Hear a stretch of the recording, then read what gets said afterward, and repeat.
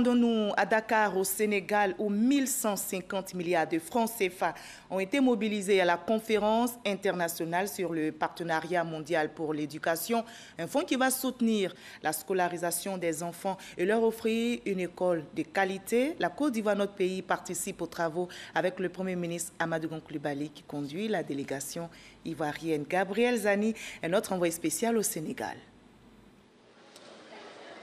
À la conférence de reconstitution des fonds pour renforcer les capacités actuelles et futures du partenariat mondial pour l'éducation, il n'a pas été question de mots, mais d'action.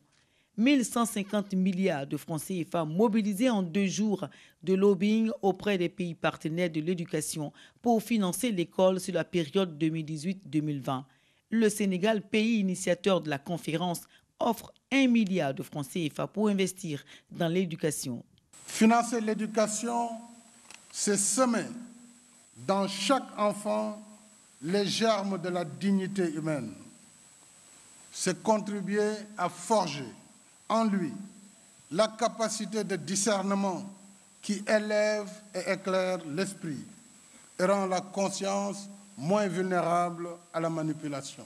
La France s'est aussi engagée à donner 200 millions d'euros, soit plus de 131 milliards de francs CFA. Toutes les sociétés aujourd'hui développées sont tiraillées par les peurs de grands changements technologiques, des transformations, celles qui viennent avec le numérique, l'environnement, les peurs aussi liées au grand bousculement du monde. Sans éducation, quelle est la réponse? Le repli, la haine de l'autre, le nationalisme qui revient, et tout ce que nous avons vécu en croyant l'avoir vaincu durant le XXe siècle.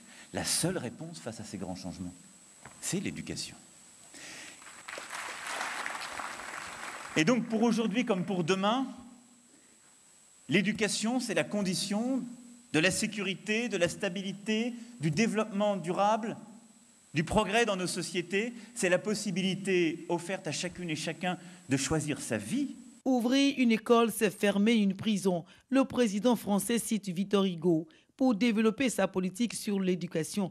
Mais il faut allier efficacité et simplicité pour offrir une école de qualité à la France.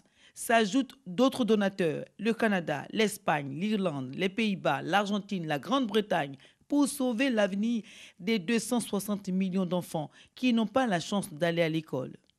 L'État poursuivra ses efforts financiers. Sur la période 2018-2020, les ressources budgétaires allouées au secteur éducatif s'élèveront à 3 805 milliards de francs CFA, soit 7,2 milliards de dollars US. La Côte d'Ivoire mérite donc d'être soutenue par ses partenaires tels que le Partenariat mondial pour l'éducation.